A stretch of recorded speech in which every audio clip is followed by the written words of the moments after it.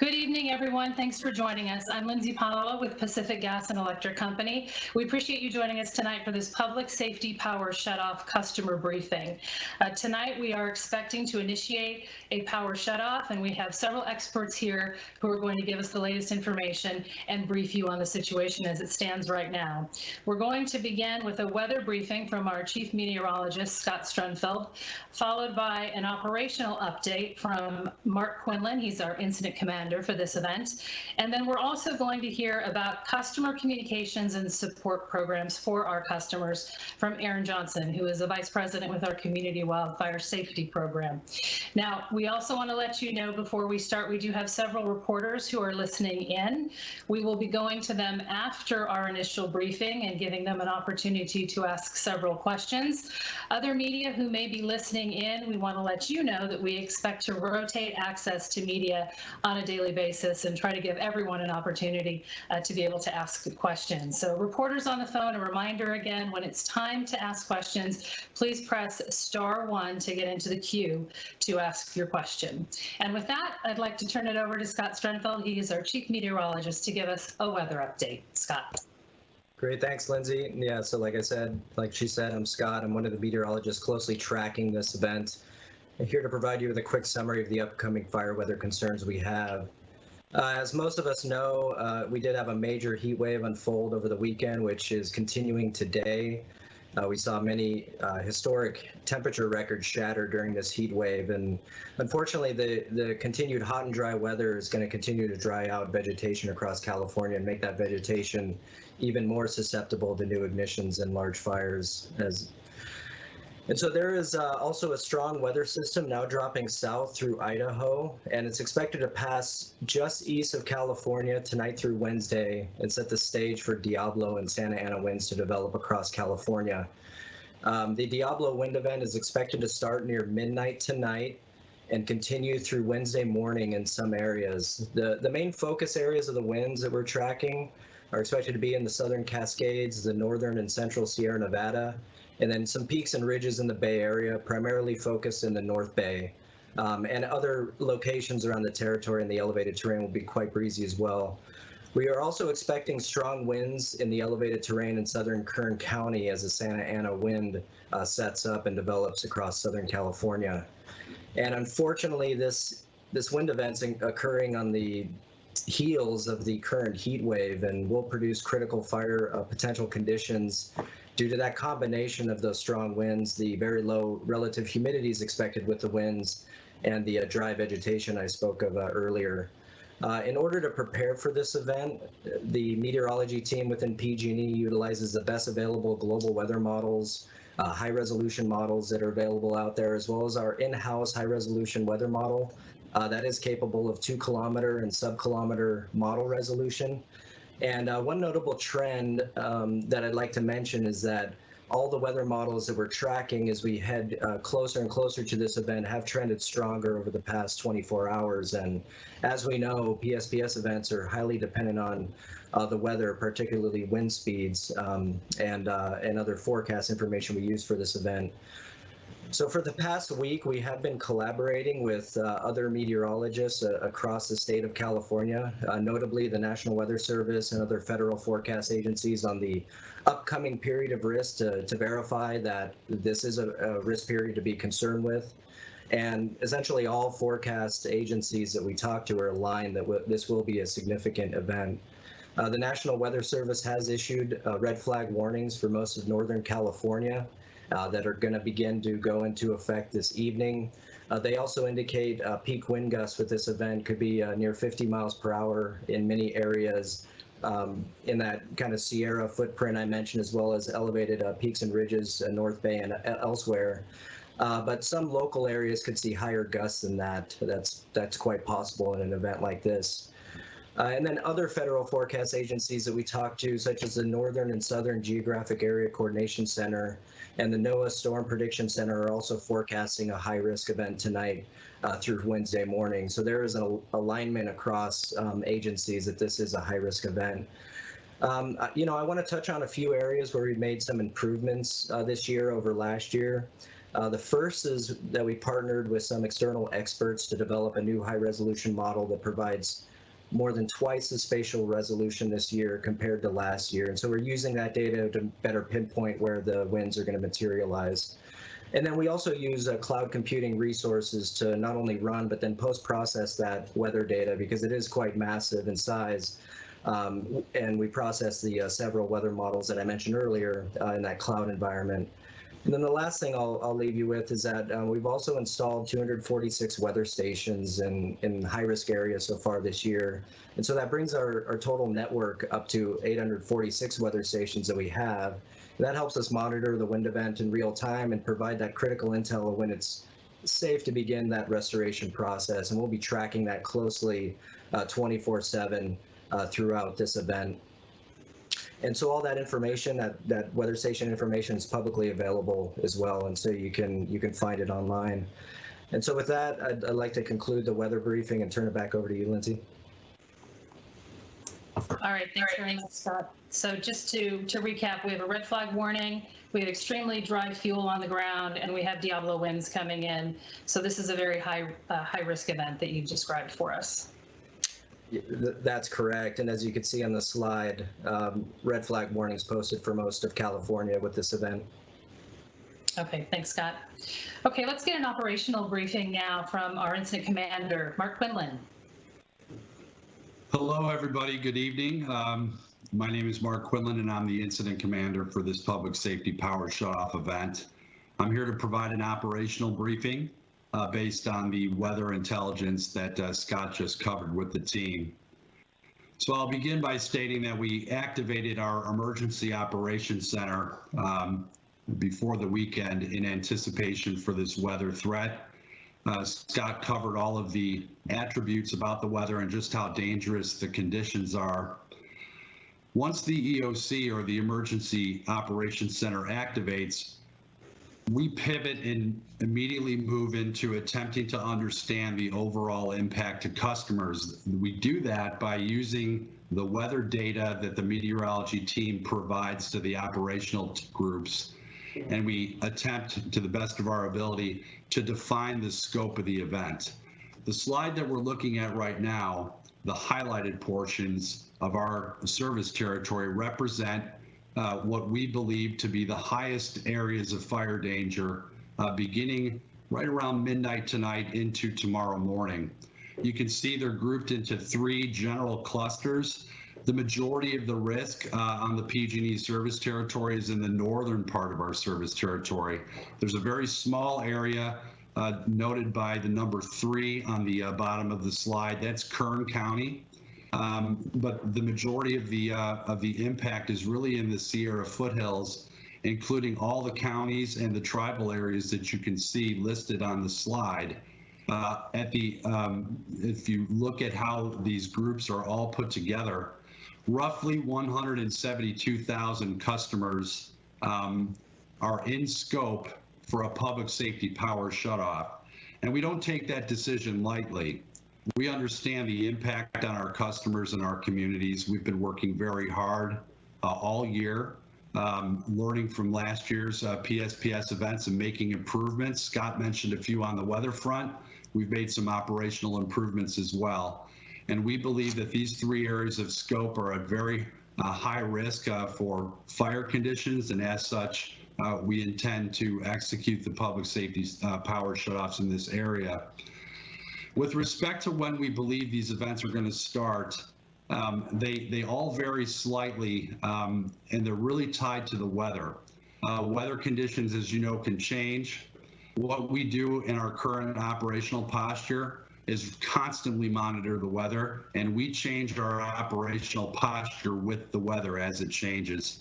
But as of this briefing, we believe that the majority of the shutoffs need to occur just prior to midnight for the majority of the areas. You'll see area 1 that's listed here on the slide actually begins a little earlier than that. And that's all based on when the unsafe weather conditions are anticipated to be in the area. And we need to start our shutoff execution earlier than that to ensure that when the unsafe conditions are present, our system is shut off and it's in a safe posture. That's the whole intent of the program. You can see Area 1 starting at about 9 p.m. this evening, and we anticipate restoration of everything after we monitor and determine that the weather conditions are safe. We anticipate having everyone on by end of day on Wednesday, September 9th. Area 2, a little bit later start, midnight. Again, estimated restoration time, end of day Wednesday. And then for Kern County, the event starts a little later, as you can see. It's part of that Santa Ana wind event that's occurring in the southern area of the service territory. So as such, the customers in Kern County, the shutoff time will begin a little later, and we still believe we'll have everybody back restored by the time stated, end of day on Wednesday. So if we transition to the next slide, we talk a little bit about things that we're doing to mitigate the impacts of public safety power shutoffs. I want to start in the upper right-hand side of the slide. So 200 grid sectionalizing devices are in use right now to make those geographic footprints as small as they can be. We look at the weather risk. We attempt to do everything that we can in our power to reduce that scope to just the area of risk so that we're not interrupting and turning people off that exist outside of that danger zone. So those are all in play this evening. 5 microgrids and substations have been utilized to provide temporary generation and islanding capability. If you look at those microgrids, these are areas that are set up to protect Main Street. The local city or town may be surrounded by extreme fire danger, but the actual main point of commerce, gas stations, stores, resources, we've configured microgrids to be able to keep those areas energized while we shut off the infrastructure that traverses through the dangerous terrain. That equates to roughly 69,000 customers who have avoided an interruption off of the 172,000. An easier way to think about this would be if we did not have that capability, the 172,000 customers would be in the 200,000 range and up. And to conclude the slide, bottom right is really about the resources that we're going to leverage when it's time to start restoring. As mentioned, we go into a posture where we constantly monitor the weather, and when we see conditions become safe, we declare the weather all clear. And at that time, we begin our patrols and our restoration activity. It's very important that we patrol that infrastructure to verify that it's safe, it's up in the air, and it's in the clear, free of ignition risk. So we do that by performing patrols, and we have 59 helicopters, 60 helicopters, and 1 fixed wing airplane that we intend to use to do those air patrols. That's how we're going to deliver restoration by end of day on Wednesday. So with that, Lindsay, that concludes my operational update, and I'll turn it back to you. Mark, thanks very much. Just to recap, we expect to start de-energizing customers between 9 and midnight tonight. We expect full restoration of power to all of our customers by Wednesday at 7 p.m. And we're going to be using temporary generation, microgrids, sectionalizing devices to try to make this event smaller for our customers. And with that, let's go to Aaron Johnson to talk a little bit about how we're notifying our customers and how we're supporting our customers. Aaron? Thank you, Lindsay. Good evening, everyone.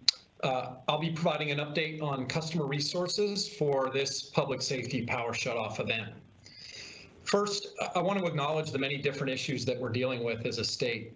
Extreme heat, a number of wildfires taking place, air quality for many has remained quite poor and unhealthy for the past several weeks.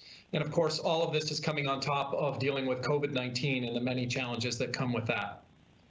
And now we are having to make the difficult decision to shut off power to protect public safety.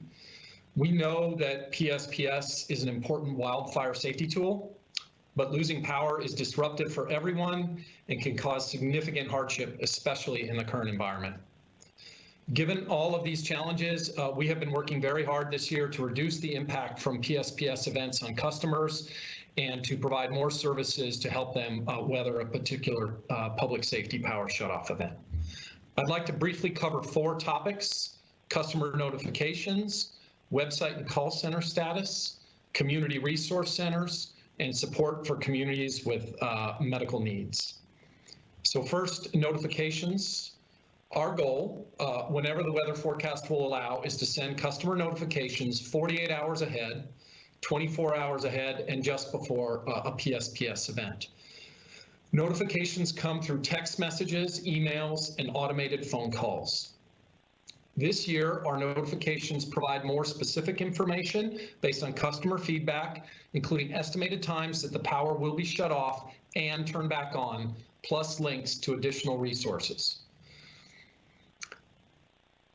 Initial notifications for this possible PSPS event started going to customers late afternoon on Saturday, approximately 2 days before the shutoff.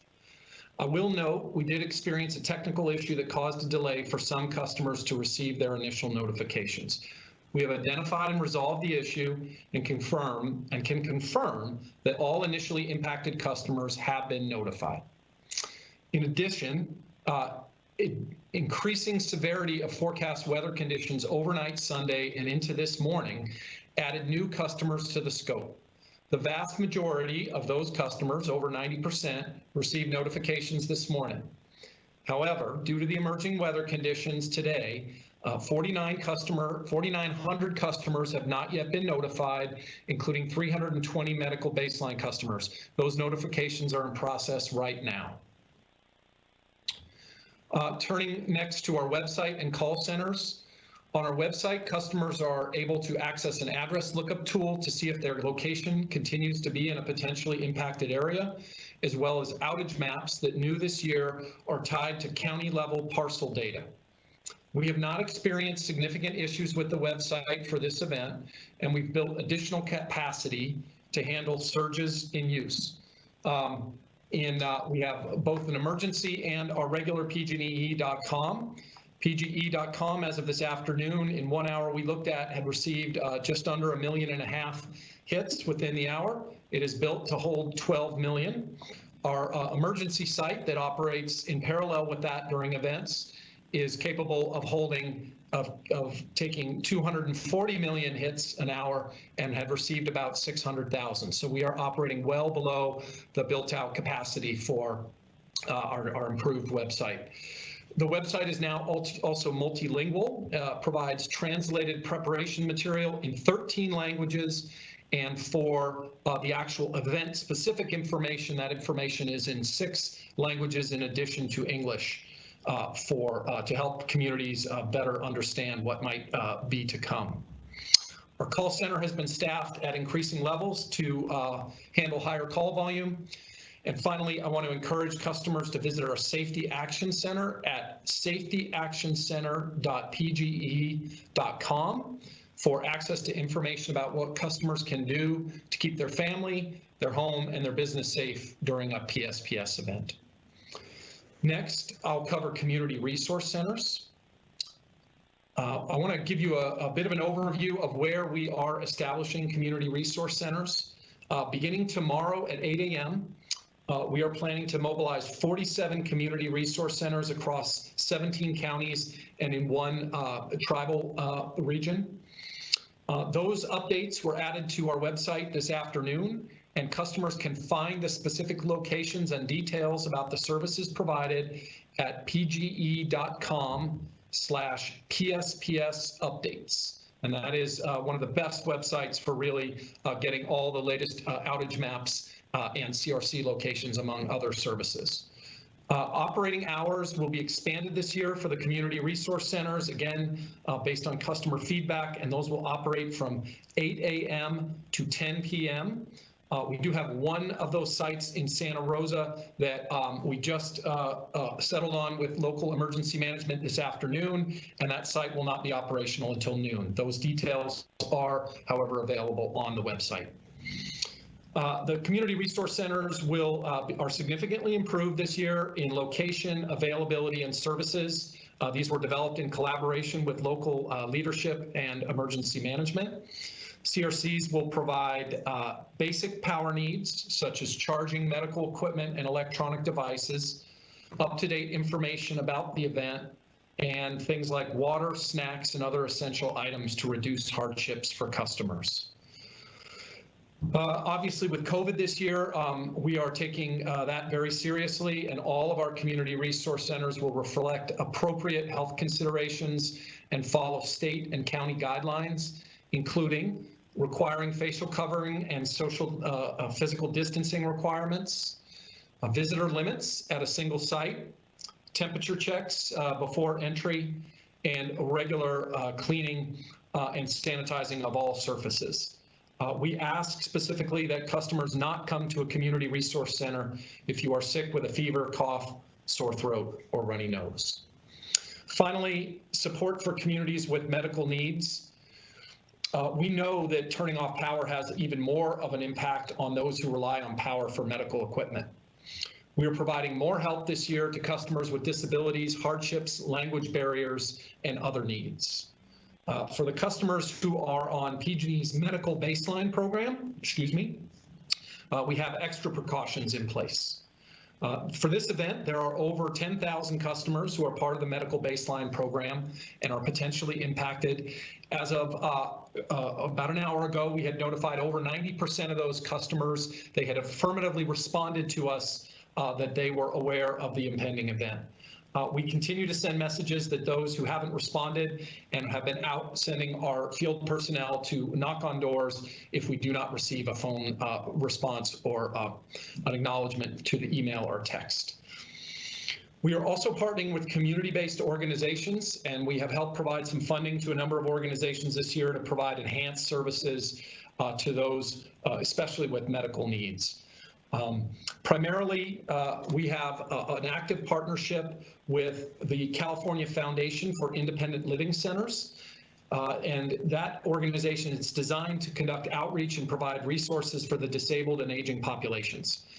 We have a lot of information, again, available on our website for any customers that have a need, and the CFILC is stood up in a number of local jurisdictions and ready to support customers.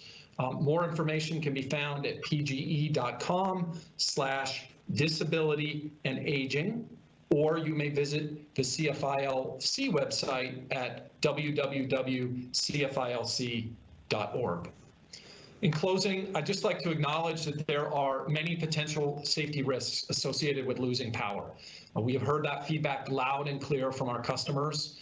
We encourage everyone to have a plan for staying safe during this severe weather event, and know that we are going to be doing everything we can to get the power turned back on as quickly as possible once the weather is safe to do so. With that, I will turn it back to you, Lindsay. All right, thanks very much, Aaron. And just to confirm, we have 47 CRCs that will be stood up in 17 counties, and they will be taking COVID precautions there, and those locations will all be available on our website, pge.com/PSPS updates. That's correct, Lindsay. Okay, thanks, Aaron. So before we go to the reporters who are on the line waiting to ask questions, I want to remind the reporters to ask a question. You do need to press *1 to get into the queue. In addition to the presenters who you've heard from already, we also have Vanessa Bryan. She's with our customer team. She's also available to answer customer-related questions. So I'd like to start and remind the reporters again, you have up to 2 questions. If you have more than 1 question, please ask them both off the top, and then we'll direct them to the appropriate responder. So we're going to start with Dale Kessler. He's with the Sacramento Bee. Dale.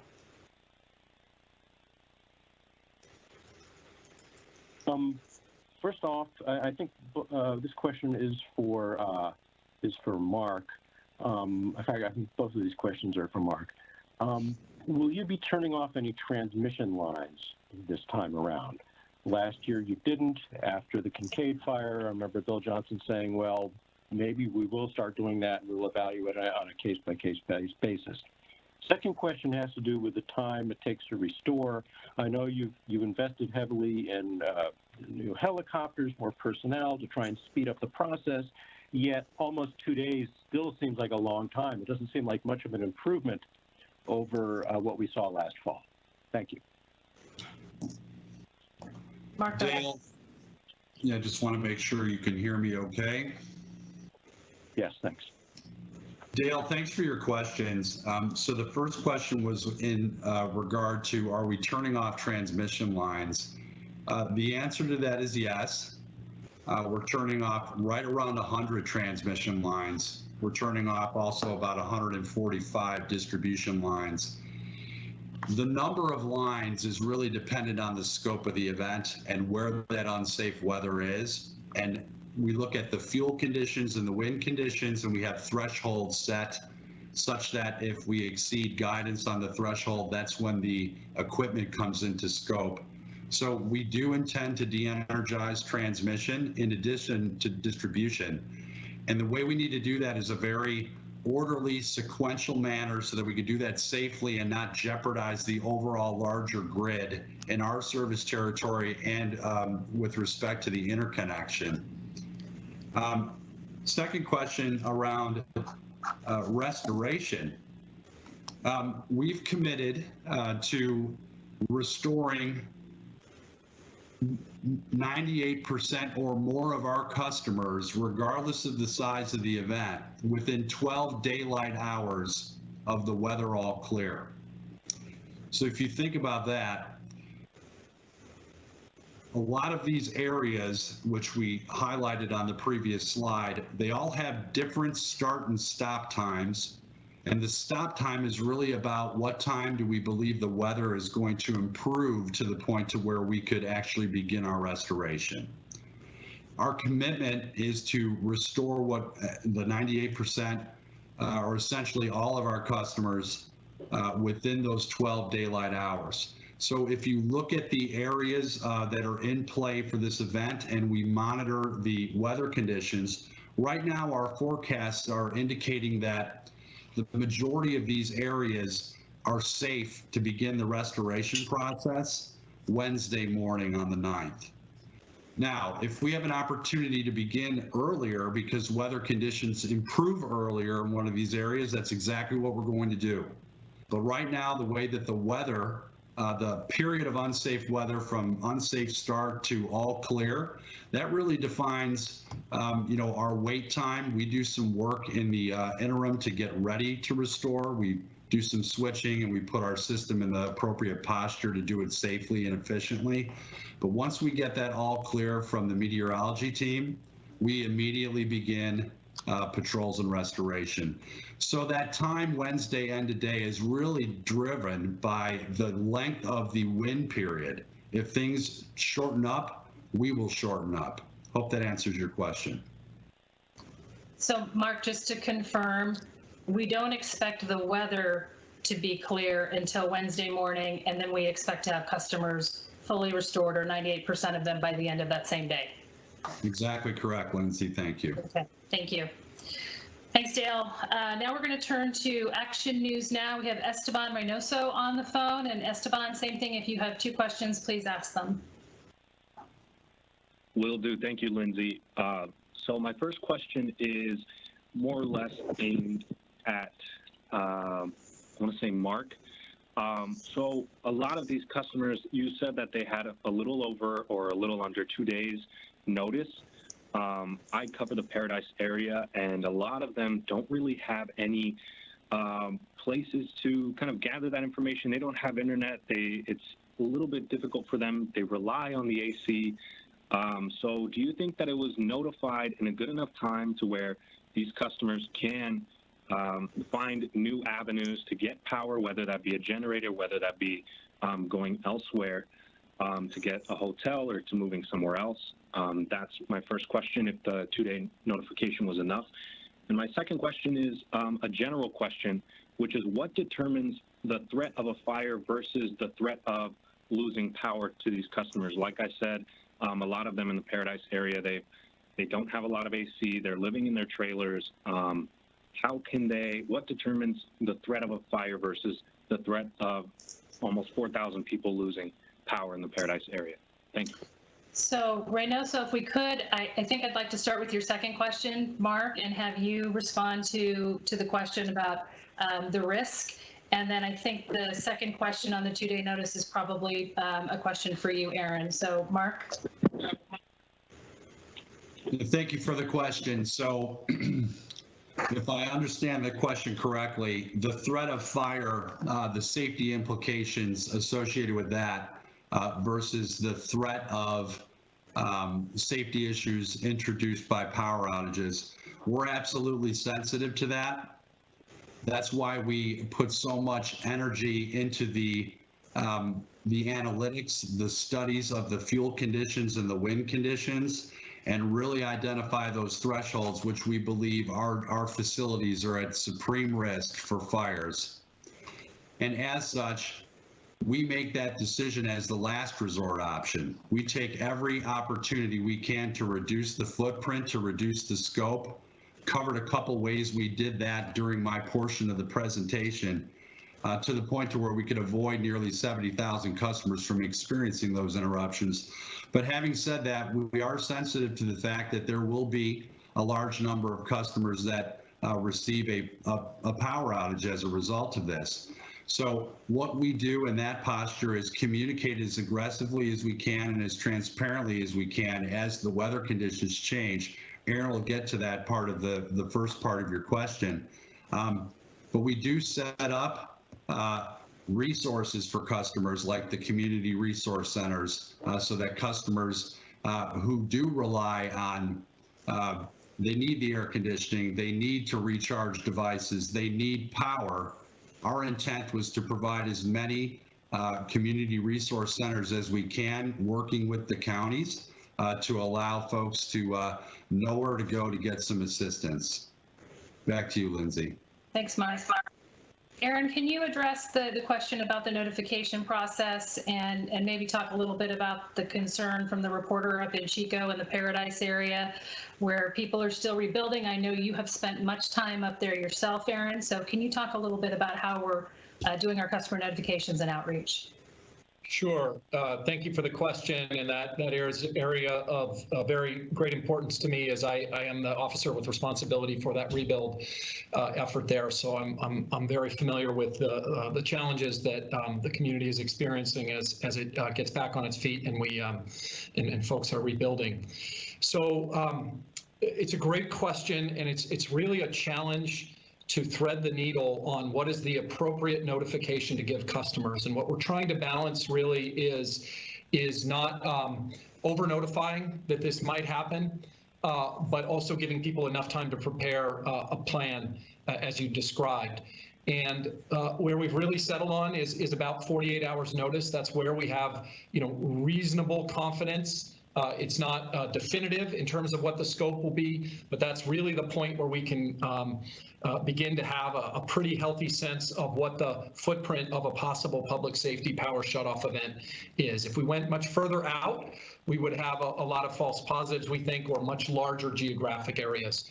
We do let our the first responder partners, our emergency management partners across counties, tribes, and the state, we do try and notify them at about 72 hours out, 3 days out before an event.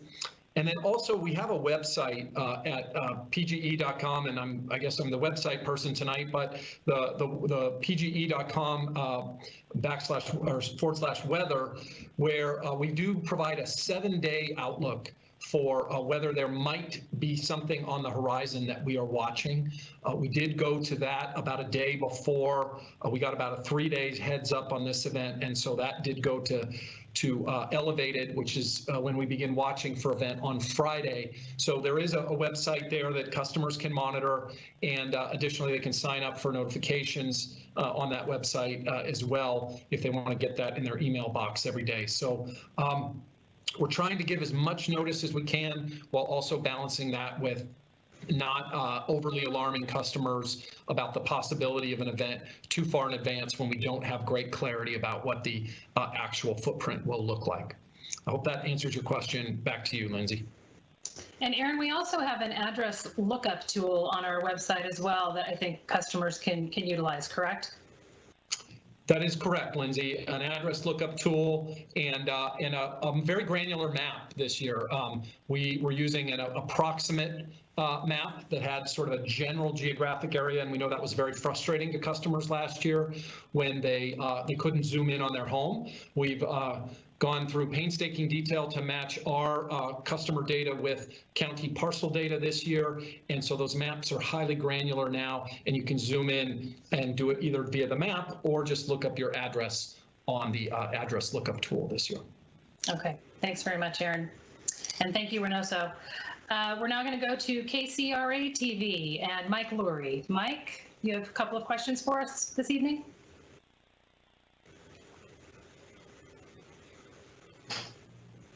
Mike, are you on?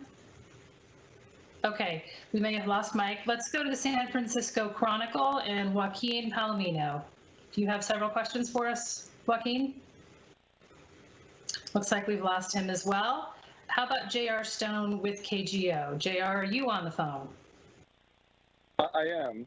A couple questions. I'm in the Santa Rosa area, and I'm curious, first of all, what the weather conditions for this system look like in comparison to 2017 when the Tubbs fire came through here with very heavy winds. That's question number one. How do these conditions compare to that?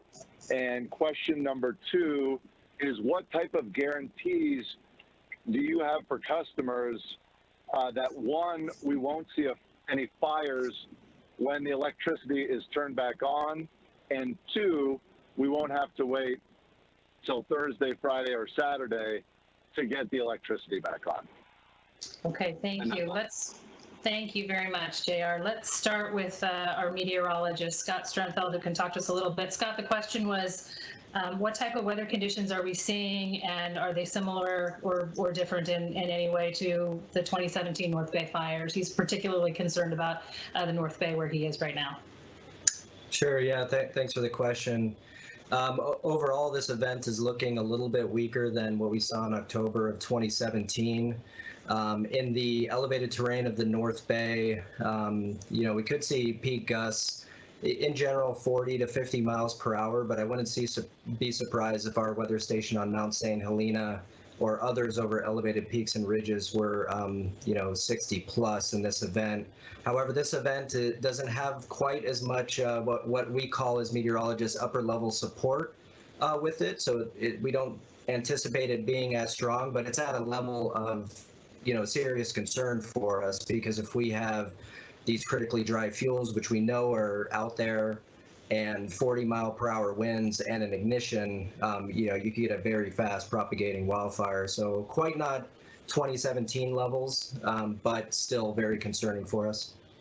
Okay, thank you. Thank you, Scott. Mark, do you want to address the question, the other question that the reporter had regarding the timeline again? I think you've covered it, but he may have jumped on late, so maybe you can talk again about restoration and how we expect to have it much shorter this time.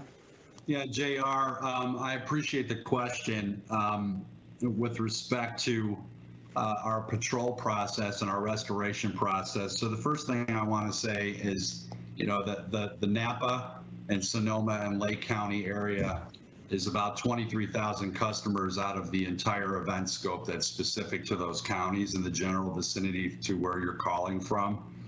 And we'll begin the de-energization process this evening and into the early morning hours.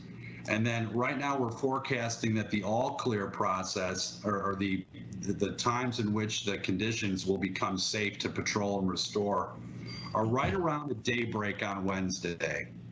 So when that happens, the first thing that we do, even before we get the all clear, once we de-energize, we're going to actually segment our system and break up each one of these circuits into small sections. The reason we do that is it enables us to set the system up so that it can be patrolled very quickly and safely. It's very, very important for us to patrol and put eyes on our equipment.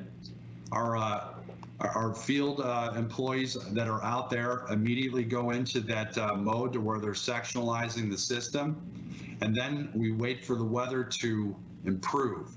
When the weather improves, we are pre-staged several hours before the time we anticipate that weather to improve, just in case it comes in early, we're ready to execute.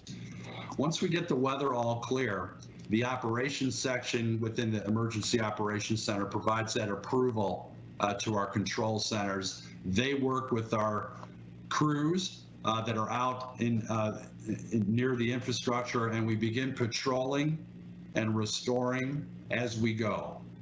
So we do not ever take a chance and not patrol something. We put eyes on all the equipment that's in scope before we restore. And we don't do this incrementally from the very source or the start of the circuit to the end of the circuit.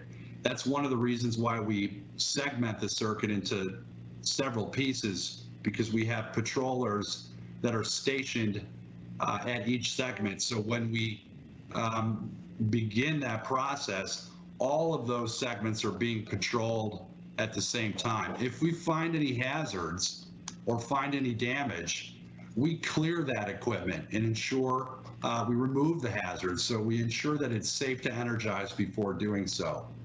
So based on the event scope specifically for that area of the county, or those counties, I should say, we have a high degree of confidence that we'll be able to keep this in by end of day Wednesday. Back to you, Lindsay. All right, thanks, Mark. Thanks for the question, JR. We're going to go now to our final questioner. It's the Santa Rosa Press Democrat, and it's Michelle Chavez. Do you have questions, Michelle? I do. Can you hear me? I can. Okay, excellent. So my first question has to do with a map that was shown at the beginning of this presentation. It listed Sonoma County and Napa County in both groups 1 and 2. And I know those two have different start times for when the shutoff will begin. So my question is, can you clarify for Sonoma and Napa counties, will we be seeing some areas in those counties beginning to shut off earlier in the night and then some closer to midnight, and how confident you are about those estimates? And then my second question is about the community resource centers, I believe you're calling them, specifically the one in Santa Rosa, what the capacity looks like and why that's starting a little bit later. I think you said May. Okay. Mark, can you take the first question? She's asking about the difference in start times on the map regarding both Sonoma and Napa counties. Can you talk a little bit about that, and maybe we can get the map back up on the screen? I can. Michelle, thank you very much for the question. I have very specific information that I could provide about the two counties that you asked about, Napa and Sonoma County. So if you look at this map, you see where the number 2 is. There's also other areas, we'll call them geographic areas of scope that are highlighted in the blue. So all of those are kind of similar in nature with respect to when we're going to shut off and when we anticipate restoration. These are further subdivided, and we do that deliberately in the EOC to give us the flexibility to restore faster or start faster or even delay restoration if we're not seeing the weather come in as forecast. But I want to get specifically to Sonoma Napa. So that's in an area of roughly 23,000 customers. We intend to begin the de-energization for those specific counties right around 3 in the morning tomorrow morning. And we're doing that because we believe that the unsafe winds will be in place right at about daybreak at about 6 a.m. So it takes us a little bit of time to make sure that we can switch the system off and make sure that it's safe before those winds get here. Right now, we're anticipating that the winds will become safe at 6 p.m. on Wednesday, or I'm sorry, at 6 in the morning on Wednesday, the 9th. So per JR's question, When we get that all clear, that's when we're going to begin patrols and restoration, and we have a high degree of confidence that we can do that by the end of the day. Now, with respect to the confidence factor overall, right now, as of this briefing, based on the weather information that the meteorology team has provided, we feel very comfortable with this. But I will say this, we are always monitoring the weather, and we will change with the weather. So if we have an opportunity to delay restoration because the winds are not materializing, we'll take that delay.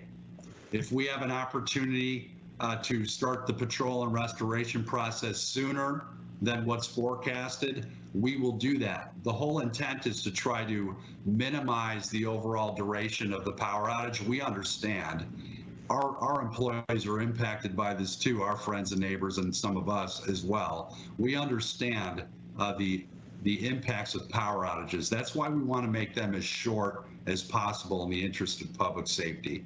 So with that, Lindsay, back to you. And Mark, just one clarification. I think at one point you said delaying restoration, you meant we'll delay de-energization based on the weather if we can. Is that right? Thank you for that check. Thank you.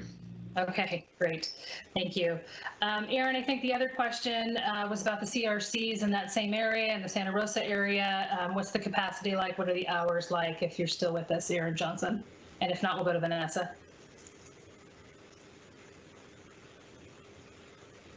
Do we have either Aaron or Vanessa? Might be on mute. Yeah, Lindsay, this is Vanessa. I apologize. I do not have the details on the exact capacity. What I can tell you is that we have a variety of different solutions. We have both inside solutions for customers, CRCs, as well as outside open air tents. The outside open air tents allow us to serve more customers and maintain safety from a COVID-19 perspective. We can certainly get back to the reporter in regards to the delay for Santa Rosa. As I understand it, it was solidifying the exact location. And we do work really closely with our counties to make sure that the locations are appropriate based on what their resident needs are. All right, Vanessa, thank you. Okay, and that is our final question from our final reporter. So with that, I'd like to thank Scott, Mark, Aaron, Vanessa, and the reporters who joined us with their live questions during this update. I'd also like to encourage all of our customers to go to pge.com/PSPS updates for more information. You'll be able to see information as the weather is changing. Again, we also have videos on our decision-making process and all the work that we've been doing over the last 12 to 18 months to try to make these events smarter for our customers, shorter in duration, and smaller in size. So we encourage you to take a look at those videos. And again, go to pge.com/PSPS updates for more information and updates as this event develops. As we said, we're expecting the de-energization process to begin this evening, sometime between 9 and midnight. And we do plan to have all of our customers restored once we get the weather all clear, hopefully by end of day on Wednesday. So with that, thank you for joining us. Please be safe.